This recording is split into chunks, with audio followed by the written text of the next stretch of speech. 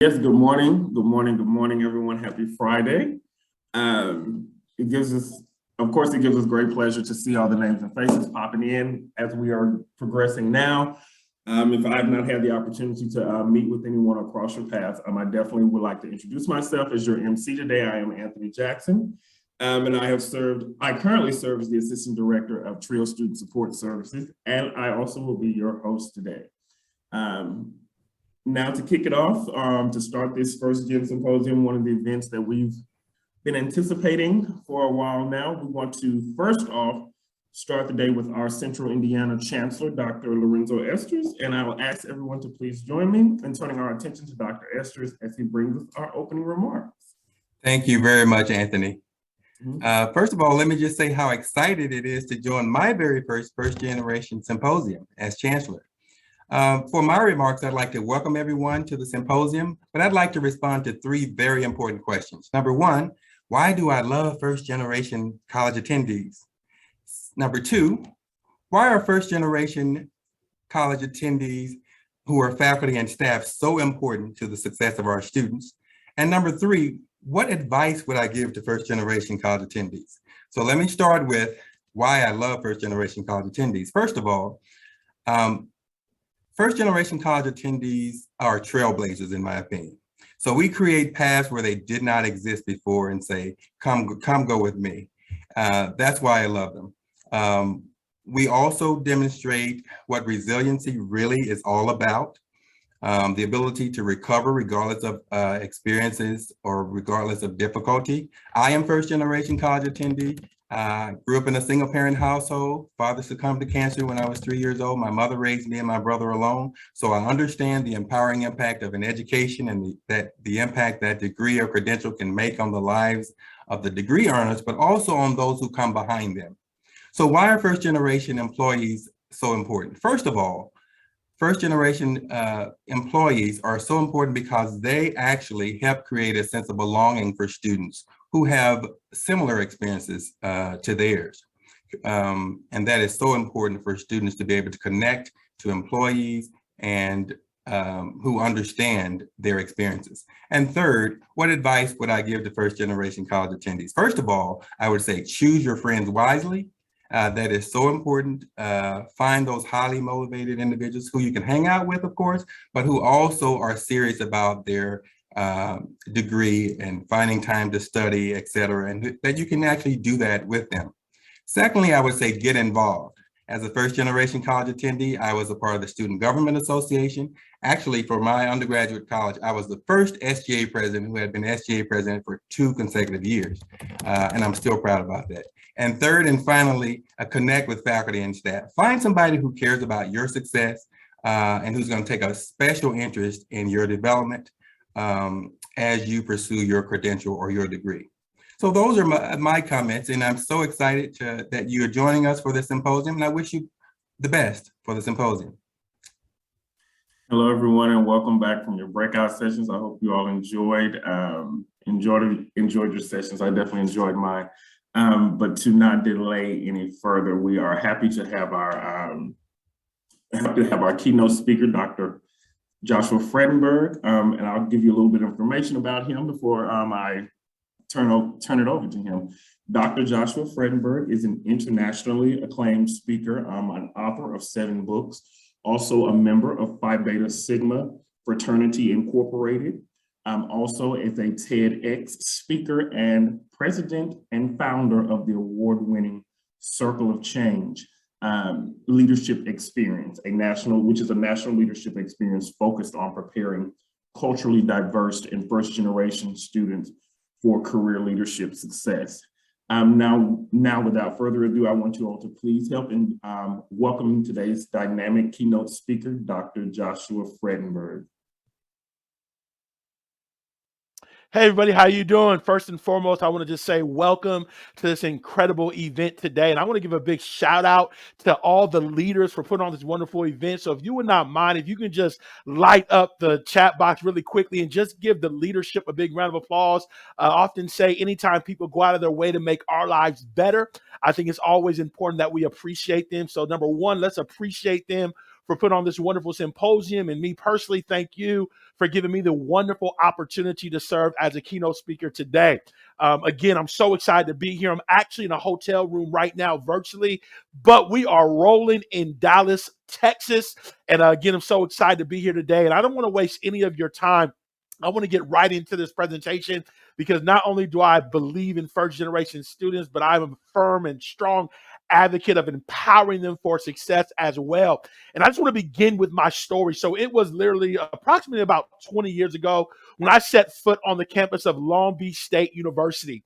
And I was 18 years old, coming from Northern California with aspirations of one day not only being a professional athlete, but ultimately being a sports broadcaster. I was very clear about what I wanted to do since I was 6 years of age. I remember the first day before I began my collegiate experience, I was just excited. I had a smile on my face, and my parents dropped me off in the dorm rooms, and here I was at Long Beach State University, and I was very focused on exactly what I wanted to do. And so as I began my journey as a college student the first semester, really what it was about was getting my game tight because I had tryouts in the month of November.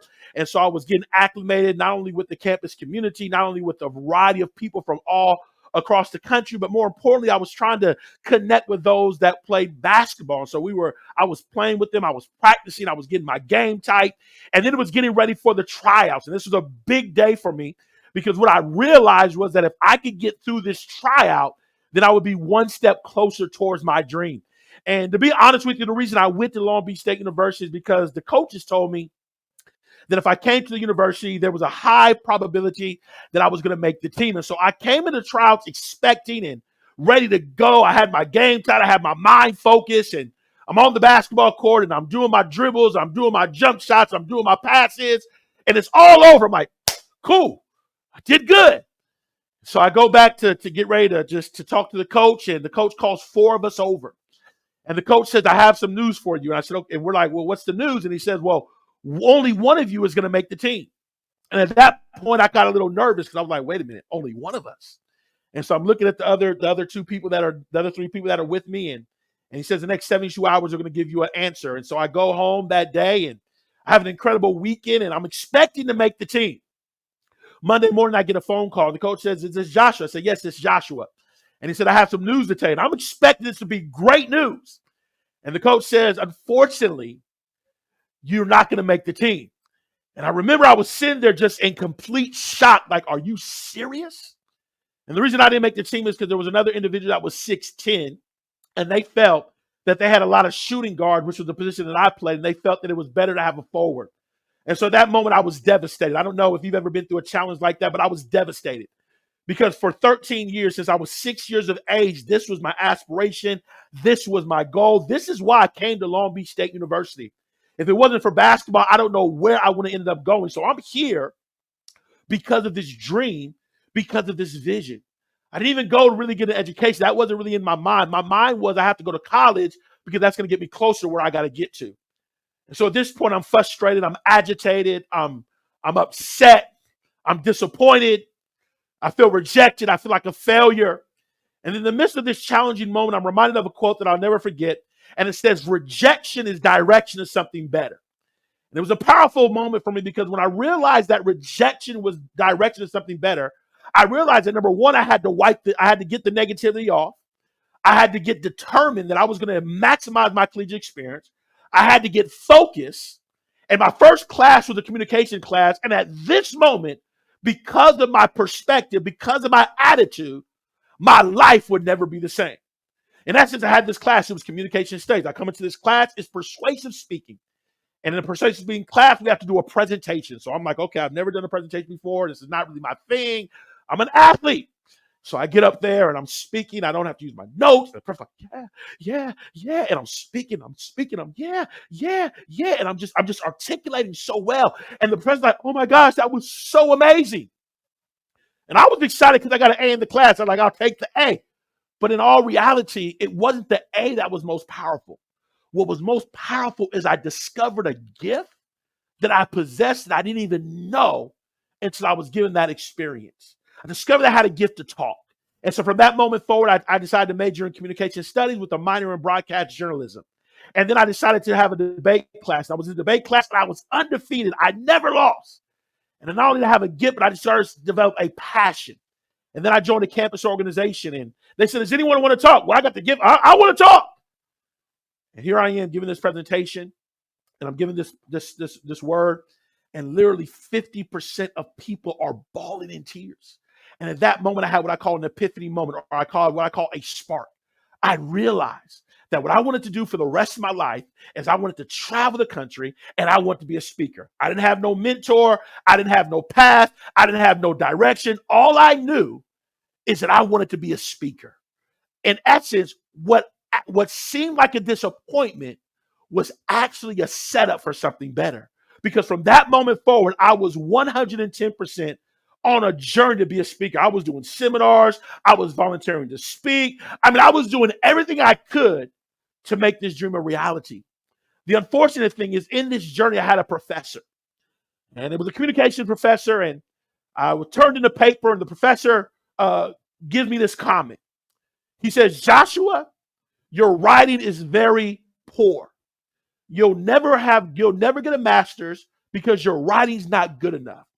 And I remember that I'm like, man, like professors are supposed to help me. They're supposed to encourage me. They're supposed to give me what I call a sense of belonging. They're supposed to have compassion. But yet, after I came through one of my greatest challenges at a young age, now I got to deal with the professor who's supposed to be there for me is actually putting more stress, negativity, and labels on my life. And I'm in a challenging situation. But thankfully, because of parents and mentors and other professors and other professionals and other administrators on campus, not only did I overcome this challenge, but I'm here to tell you today that I'm a national speaker that has traveled to 49 different states, reaching thousands of students and professionals all across the country. Got my doctoral degree. So I didn't just get a master's, I got a doctoral degree. Wrote 4 books. And then I have my newest book called Red Leadership, How to Retain, Engage, and Develop Culturally Diverse Leaders of the Emerging Generation.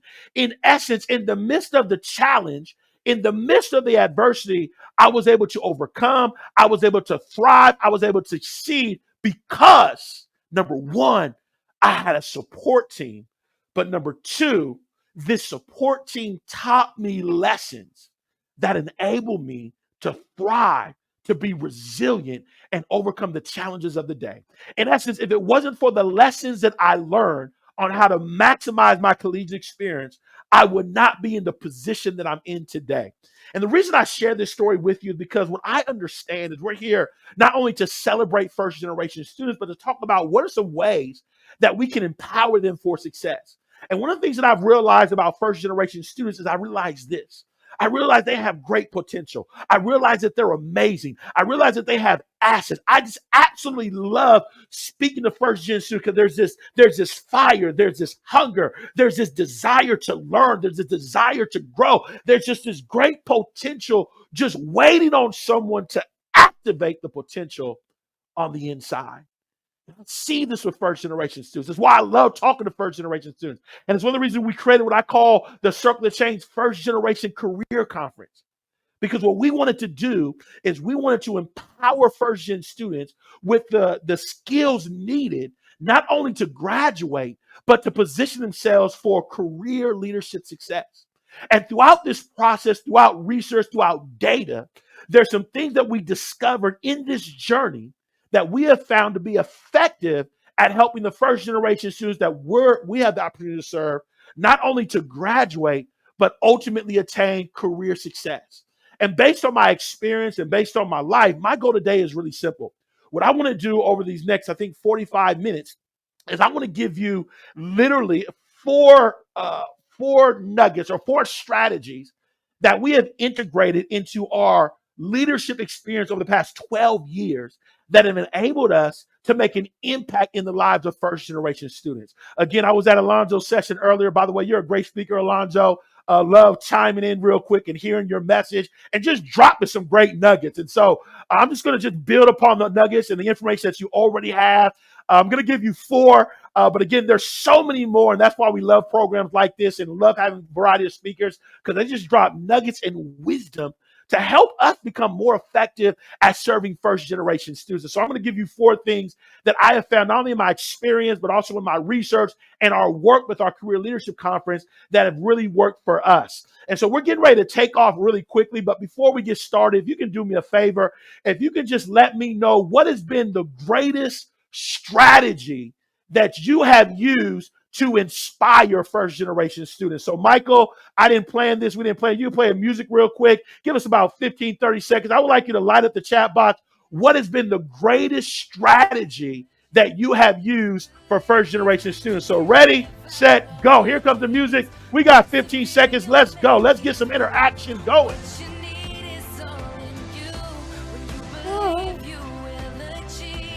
I'm a little far from my TV, so I'm trying to read the best I can. Okay. Finding common interest. Tell the truth. I love it. Tell the truth. Share my own experiences. Oh man, that's so powerful. I love it. Authenticity, vulnerability. Learn from others. Being vulnerable. Woo, man.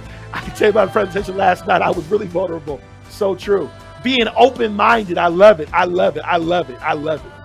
All right, we'll stop the music, Mike. Thank you so much for chatting. I see these wonderful comments and these wonderful strategies. And again, I just want to build on everything else. And I want to move into my first point. My first point is this. If we're going to empower our first generation students for what I like to say, graduation and career leadership success, the first thing that I think is, one of the things I think is so important is we have to activate the vision from within. We have to activate the vision from within. Now, again, when I use this concept, activate, it's really a 2-step process. The first thing I believe we have to do is help our first generation students identify what I call the seeds of greatness on the inside. Identify their passion, identify their value, identify their asset, identify their experiences, identify their accomplishments, identify their strengths, identify their values, identify the seeds of greatness that are already inside of them, that will enable them not only to overcome challenges, but ultimately to position themselves for future success. That's the first thing.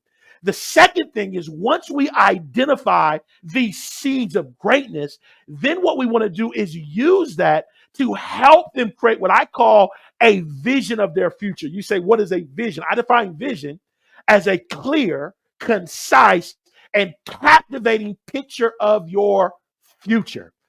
And then from there, we want to encourage them not only to write the vision out, but to pursue it, to act upon it, and not to allow fear or imposter syndrome or any other thing that try to hold people back from reaching their fullest potential. I shared with the audience last night, I was in Idaho speaking, and I had this young lady show up to one of my sessions, and it was really interesting because I went through this shape concept. I call it a shape concept or seeds of greatness. And I was going through this process, and we got to this point. I said, what is your passion? And she's like, my passion is to write. And then I said, well, what's your major? Well, I want to go in the medical field. And I sat there for a moment, and it was interesting because I realized the passion to write was there, but she was majoring in the medical field. And I said, I got to ask a question with you. I want to know, why is it that you're going to be a medical doctor, but you have a passion to write? And what I realized is there was fear that was holding her back, or uncertainty from really actually being able to become a writer. And again, I didn't want to tell her what to do. I just said, I encourage you to consider being a writer and consider dealing with the challenges that are trying to stop you. Because when I asked you the question, what's your passion? When you said write, your face lit up. I think it's important to understand when we're activating vision in the first gen students. It's important for us not only to go through the process of helping them identify what I call the seeds of greatness, but then it's important to address the challenges or the experiences or the fear or every other thing that tries to stop them from reaching their fullest potential. And then once I get through that, have them create this vision. Have them create a vision board or write out what they see themselves doing, and let them write it out, and then begin to encourage them to pursue the vision. I think this is so important. I have a presentation where I talk about how to maximize your collegiate experience. And one of the first things I always tell incoming freshmen or first year students is this: have a vision, have an idea of what you want to do. Will it change? Yeah. Will it evolve? Yeah. But at least have something you're pursuing, because this is what I realized. I realized that vision gives you passion, direction, energy, focus, and an ability to continue to push and continue to pursue despite the challenges that are facing you. That's one of the reasons I love this quote by Helen Keller. As many of you know, she was blind, but this is a very powerful statement. She says, the only thing worse than being blind is having sight but no vision.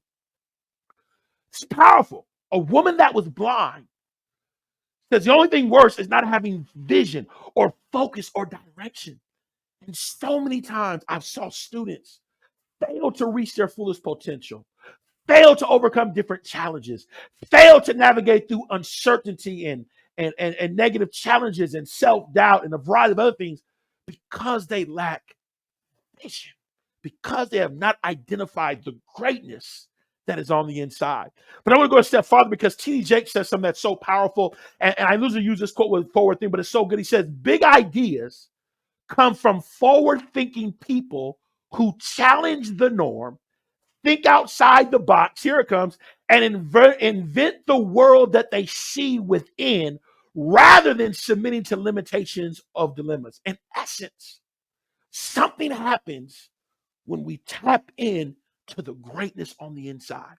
And every time I see a first gen student, and every time I have an opportunity to speak, I see greatness. I see potential. I see someone that has the potential to make an impact in their community, their nation, or their world.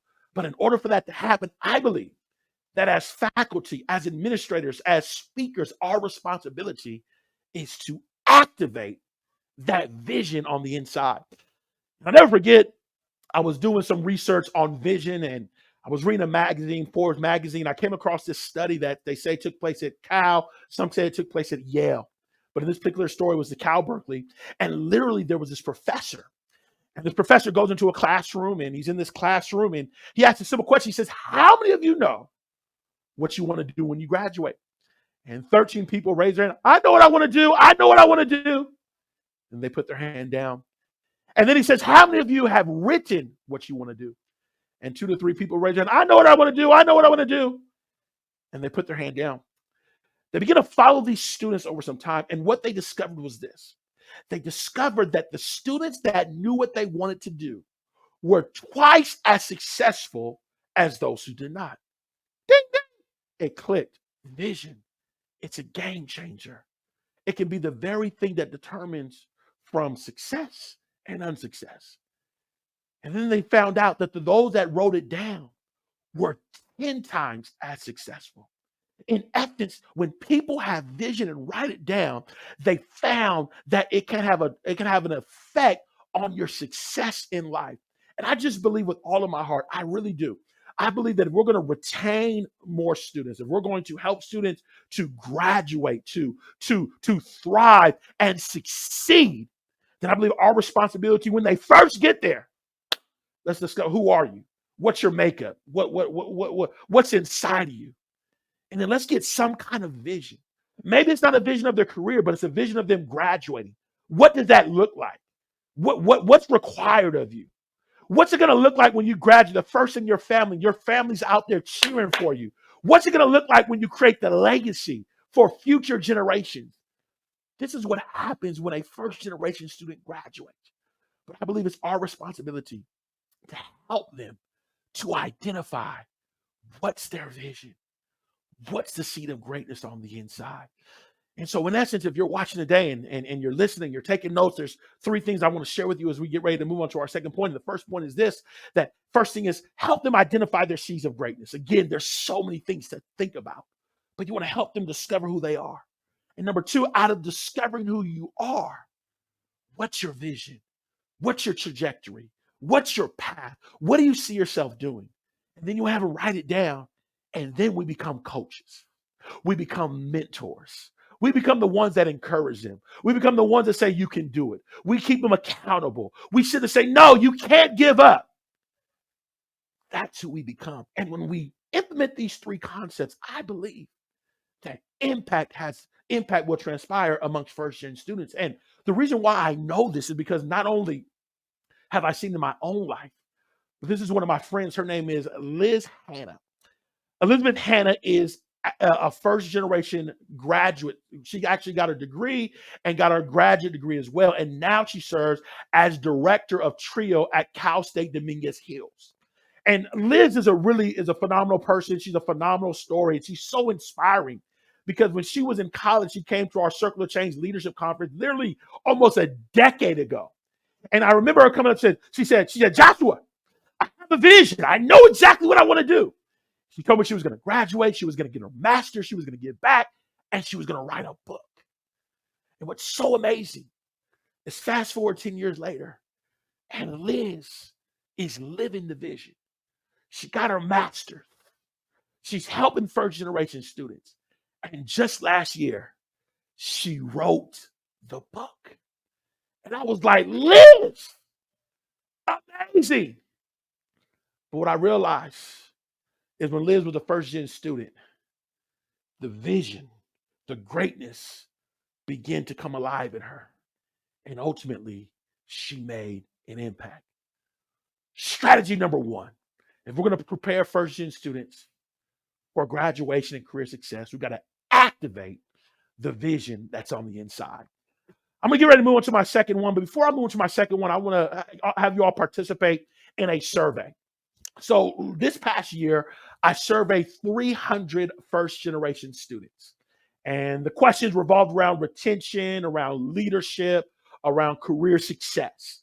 And one of the questions that I asked is I wanted to know, when it comes to looking for a job, what is the number one place you look to get a job? So on the screen, you'll see job board, you'll see family and friends, you'll see career center, and you'll also see networking on LinkedIn. For the next 10 minutes, or not 10 minutes, excuse me, for the next 10 seconds, I want you to tell me which one do you believe was top in the chat box. So you have about 10 seconds. What do you think was number one? You have 10 seconds. What do you think was number one when it comes to first gen students looking for that job, looking for that opportunity? And so I'll give you about 15 seconds. Mike, we have some Jeopardy music. I know I'm way behind, Mike, but if it's there, be good. Manifest, friends and family. Okay, awesome, Josh. Okay, friends and family. Okay. There we go. I was looking for that. Job boards. Okay. Job boards, Anthony. Okay. Career center. Okay, Matt. I'm gonna wipe my face real quick. Sorry, but.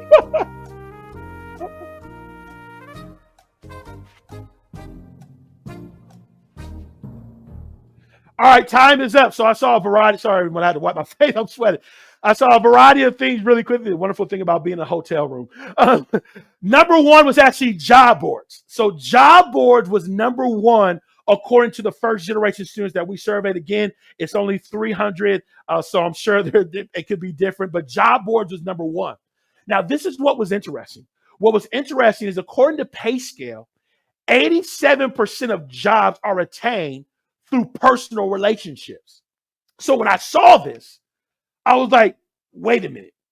If students are going to job boards to get jobs, but they're not tapping into what I call their social capital, we got a problem. Because what I have discovered is in order to thrive, in order to succeed, it all comes down to relationships. And one of the skills that I believe is so incredibly important when it comes to first generation students in order to thrive and succeed, not only on their college campus, but also when they graduate, is we have to teach them how to build exceptional relationship management skills.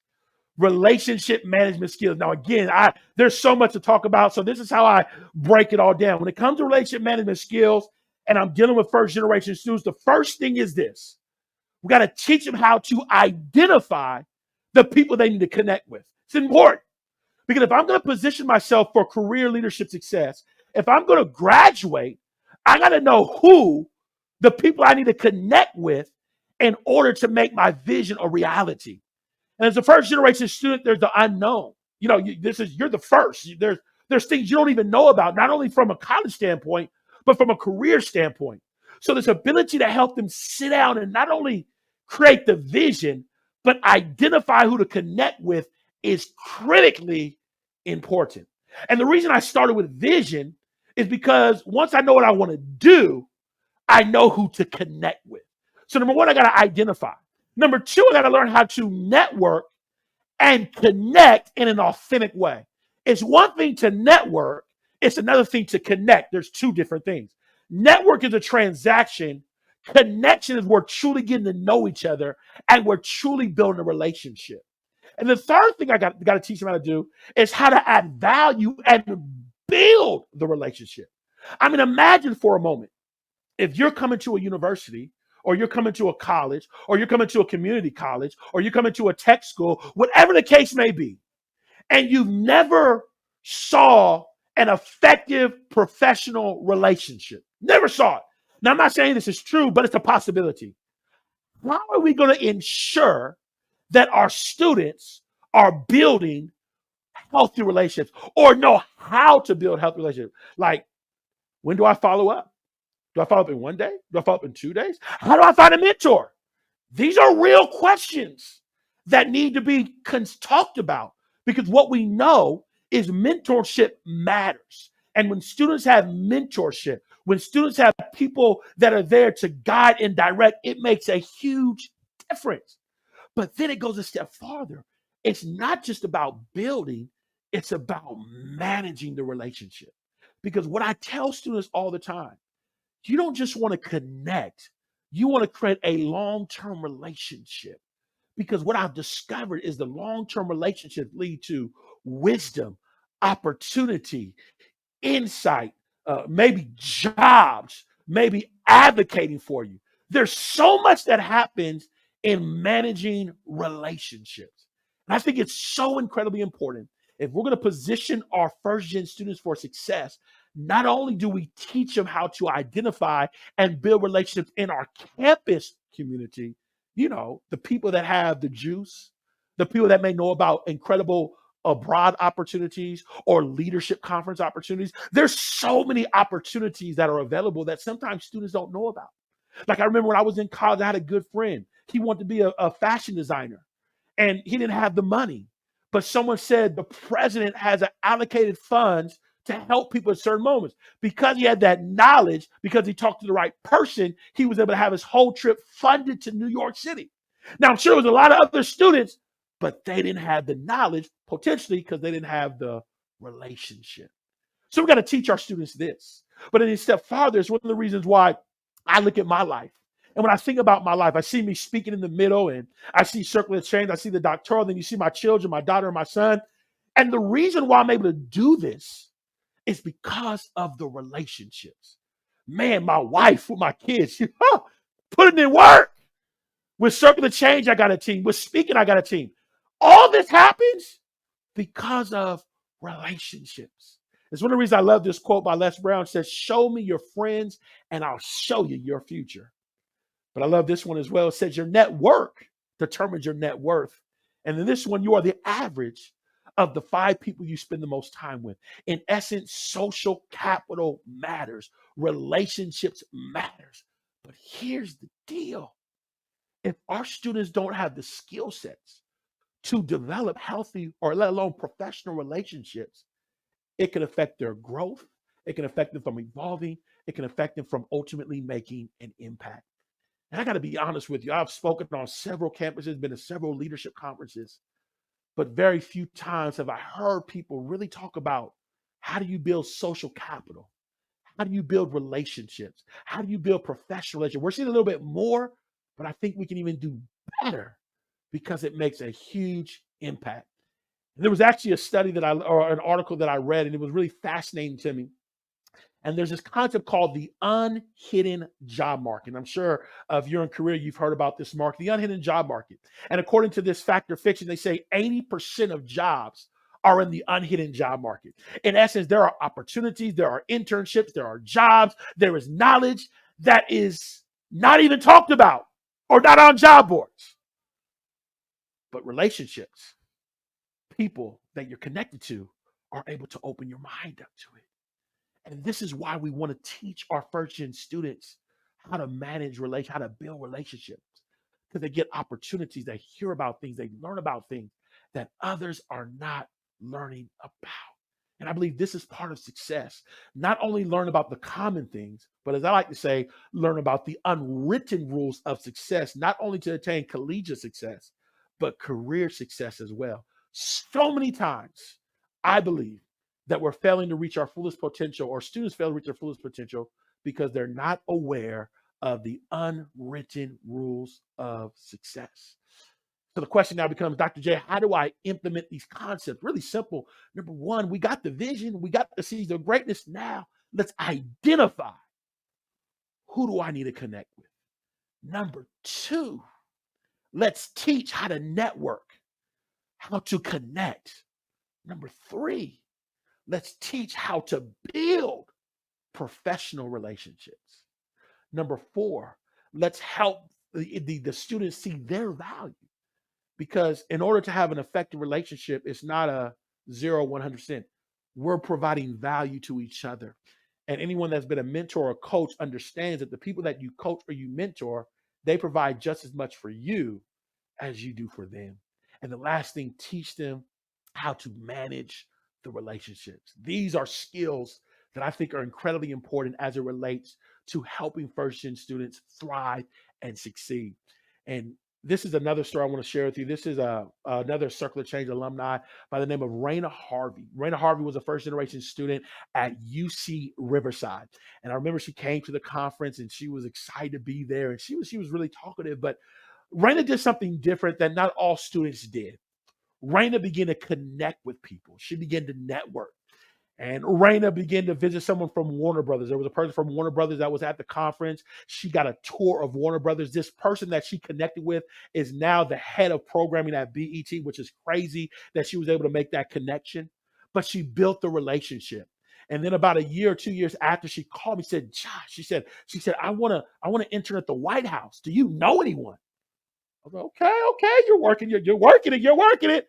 I said, we do know someone. We had a young lady that came one year and ended up getting an internship. She connects with this young lady that got an internship, and she ends up getting the internship in the White House as well because she networked. Fast forward now she is thriving in the Bay Area. She's an anchor and a reporter. This is her picture right now, and she's thriving as a reporter. Why? Because Raina learned how to network. She learned how to build relationships. She learned how to manage relationships. And now she's in a position of success. And she's a first-generation professional. Again, these are just stories of first-generation students that are thriving and that are succeeding when they're given the tools to succeed. And I just love sharing these stories. But before we move forward into our next point, I'm going to show you a video. Oh, it's going to take up all my time, but it's okay. I'm going to show you a video because last year when we did our Circular Change career conference, we interviewed 7 first-gen professionals. And you're going to see Raina interview the person. But this is the video of a young lady that's going to share her story as a first-generation student. And I want to share the video with you because I think it'll lead into my next point. So here we go.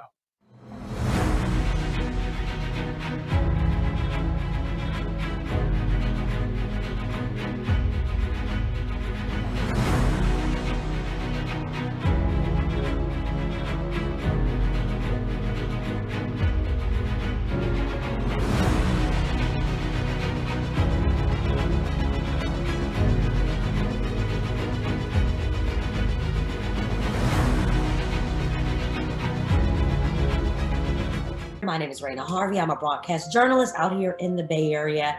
Well, we're featuring Dr. Shariva for our spotlight interview on the first generation college students who are thriving as working professionals now. So the first thing I'll ask you is, what has been the greatest asset that you've used within your professional journey because of your experience as a first generation student?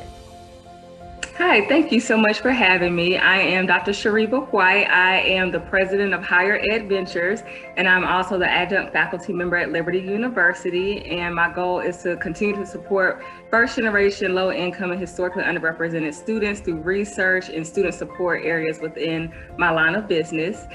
So I would say one of the things that I focused on when I was at that point in my college career was to never be afraid and do not be hesitant to ask questions. One point of advice that my father gave to me was, if you ask a question, you have a 50-50 chance of getting a yes. And so something like that has always fueled me towards just asking a question and someone can only say yes or no. I love that. That's excellent. What are the top 3 things that you did in college that prepared you for your career success after graduation as a first generation student? Yeah, I love that question. So when I was in school, I was involved in student organizations. So I would say 1, definitely get involved in student organizations because you can learn the tricks of the trade, you can learn professionalism in those areas. You can also find out more about what your interests are. The second one is understanding professionalism and also dining etiquette. So I realized that a lot of my interactions with interviews and trying to achieve success came through a dining experience. So if you're going out to eat, knowing which forks to use, which knives to use. So I think that dining experience is very instrumental in just trying to shape and mold me. When I was in college, we had some etiquette workshops there. And I would say the last thing is being on time. I was always told if you are on time, you're late. If you are late, then you have been left behind. So making sure that you're on time for everything and being early is actually being on time. So I think those are the 3 things that have stuck with me from college to now to help me with being a successful student in this first generation realm. That was excellent. Being on time will get you a long way. What has been your professional challenge as a first generation student? How did you overcome that, and specific challenges within your professional journey? Yeah, I think I struggle with confidence. I think even to this day, just being confident in my own area of life, my own walk, as I am the president of my own company, trying to make sure that I know what I am doing, how to help others, how to provide a service to others. So just developing that confidence and also credibility.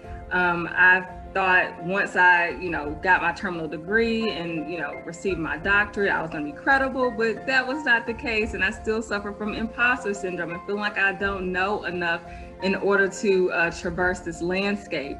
But I would definitely say some areas that I would recommend to overcome some of those things are working with your circle of support. So whenever I have challenges with credibility or confidence, I'll reach out to some mentors that I've built along the way, and also leaning on others who may have more experience than I have. And I think it goes back to that point of just always asking questions. If you don't know, ask a question. And I think most of the time people are more than willing to help you in any aspect of life.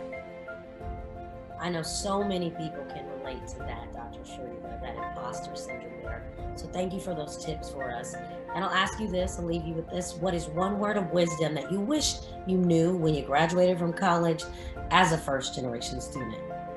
Yeah, you are enough. I have to tell myself constantly, I am enough.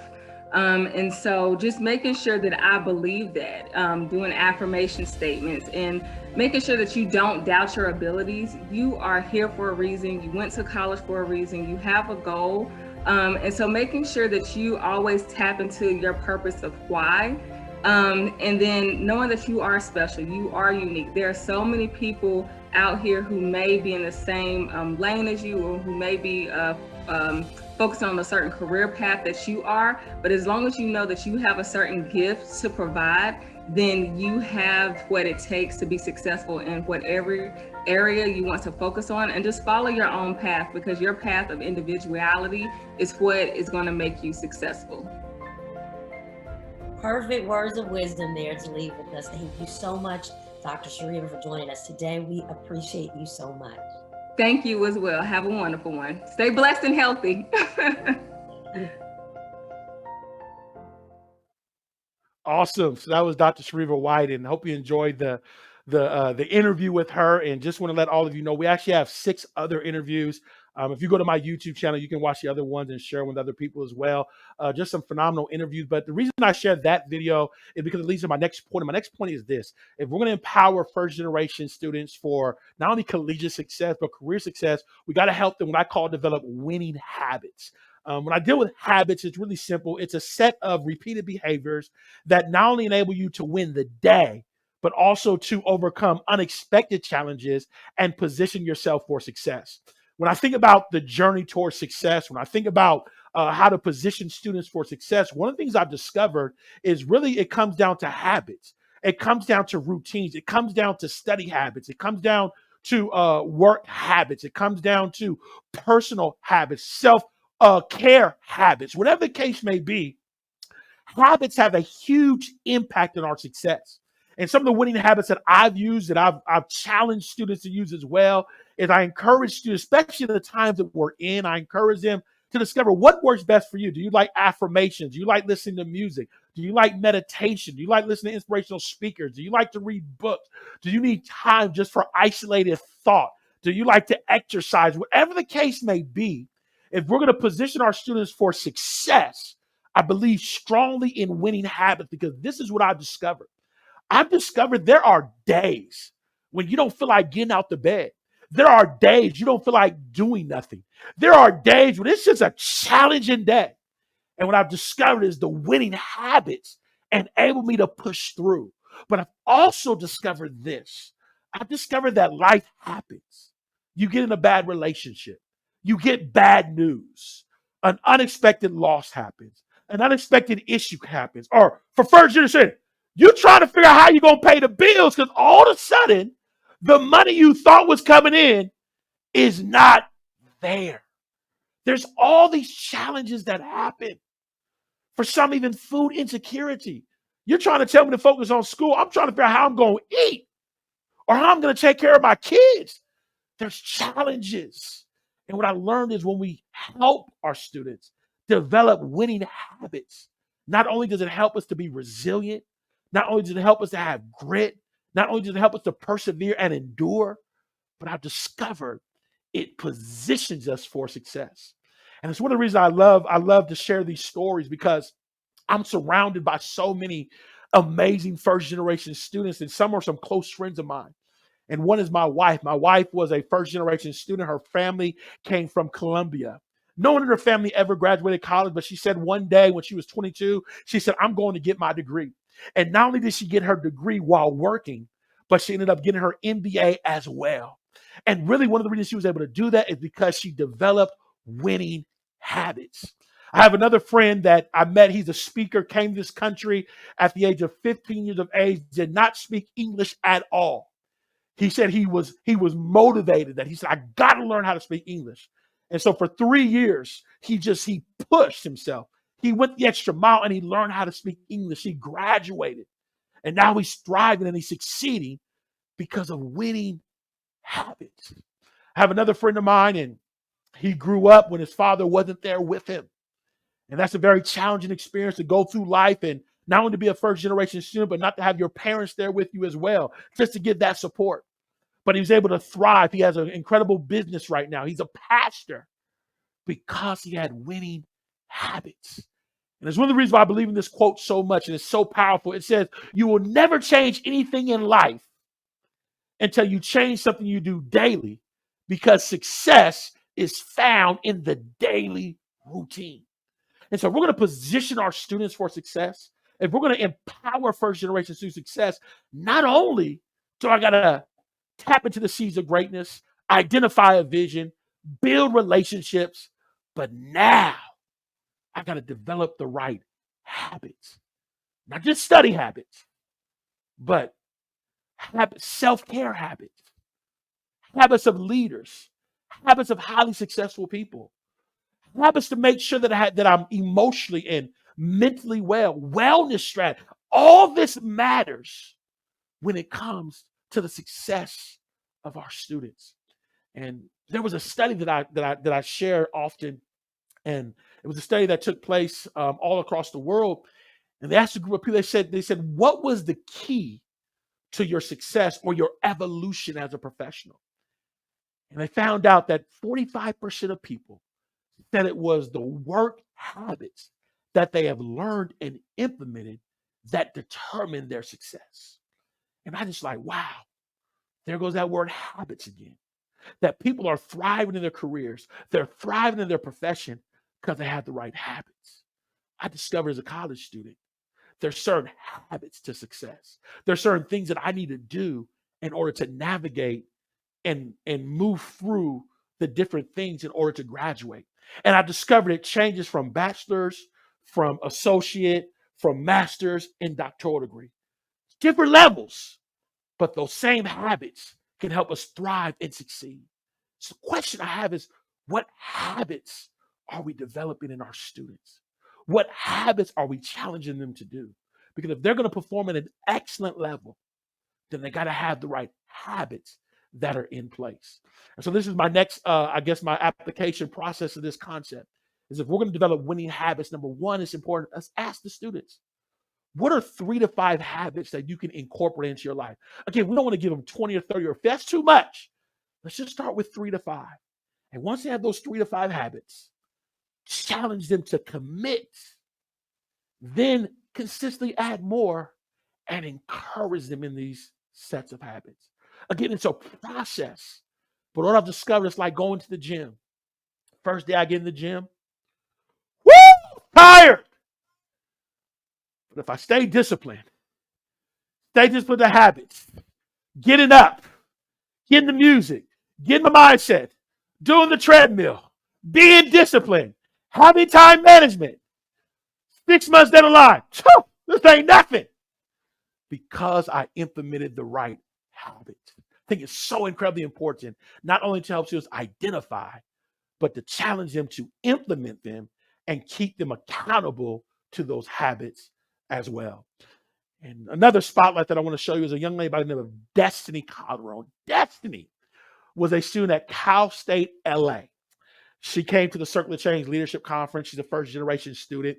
And what's so amazing about Destiny is we have this session where we talk about your values. What are your values? Are you living out your values? And she said the session was so impactful for her that she went back and she began to implement this concept of values. And what ended up happening is not only did she graduate college and not only did she thrive and succeed in, she talked about the importance of that one concept of implementing the right values. But then she got to work for the organization that does the Grammys each year. And she's thriving and she's succeeding and she's doing well. Not only as a first generation student, but a professional because she's learned how to implement, here it comes, the right habits for her. We all have different habits. We all have different things that work for us. So I'm not telling you there's a blueprint that works. You got to figure out, or we got to help our students figure out what's best for them.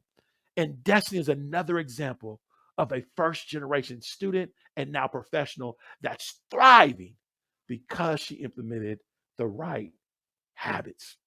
Got one more point left and I'm on time. Okay, I got one more point left and I'm going to begin with a question because I know I haven't interacted for a moment, but I want to ask you a question. When you see this picture, what do you see? If you could put it in the chat box, I want to know, when you see this picture, what do you see? What do you see? Happiness. Happiness, Josh. Yes. Love, love, love, love. Family, family. Joy, joy, joy. Connection. Okay, okay, okay. Complete. Okay, okay, okay. Awesome. I love it. Okay, next one. When you see this picture, what do you see? Warm weather. I hear that. I know that's right. Miami. Stress. Yes. Insecure. Okay. Thinking. Heavy thought. Okay. Isolation. Good one. I love it. I love it. Awesome. The reason why I showed you these pictures is because it leads me to my final point. And my final point is this. And I really, we can stay here all day.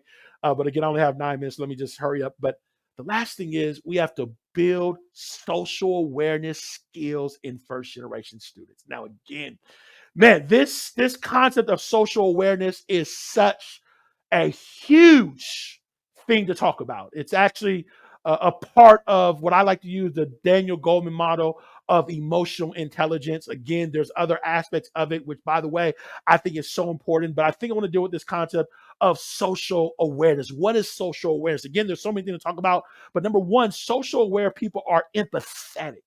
They have an ability to not only understand or put themselves in people's shoes, but they're willing to listen and really understand where people are coming from. The second thing that a socially aware person has an ability to do is to have an ability not only to recognize the emotional state of people, but they know how to respond the right way. Oh, so important. Because when I walk into a room as a first generation student, I got to be able to read the room and know how to respond in the right way. But the third one is they also know how to read the culture of an organization. One of the things I share with people all the time is I talk about there's 3 challenges that hold first generation students from career success. And one of those is what they call external barriers. And sometimes the external barriers exist because people are not aware of how to read the culture and respond the right way. And it's so important that if we're going to position our students not only for collegiate success, but also for professional success, that they know how to read the culture, read the politics, read the unwritten rules, and understand how to navigate and respond the right way in order to position themselves for what I like to say, collegiate or career success. This is social awareness, and this takes time to develop, but it's so vitally important.